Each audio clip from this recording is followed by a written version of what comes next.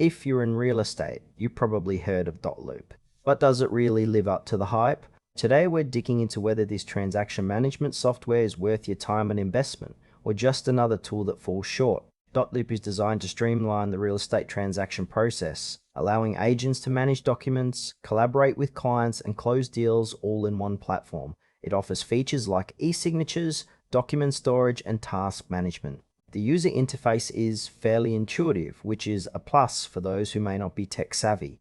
You can create a loop for each transaction where you can upload documents, set tasks, and even communicate with your clients directly. However, while it looks polished, some users have noted that the platform can feel cluttered, especially for first-time users. There's also a learning curve, which might frustrate new agents trying to get up to speed quickly.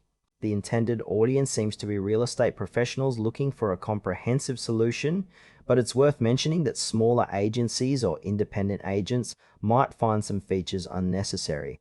Let's break down the pros and cons. On the positive side, Dotloop's integration with other real estate tools is a major strength, especially for those who rely on multiple platforms.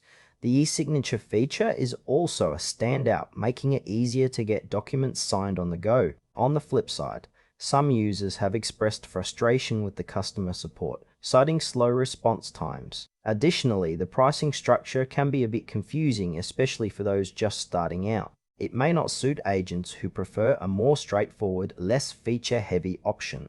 For larger teams, the collaboration features might be beneficial, but solo agents or smaller firms may feel overwhelmed or underutilized by the extensive features. In conclusion, Dotloop could be a solid choice for established real estate professionals who need a comprehensive transaction management tool.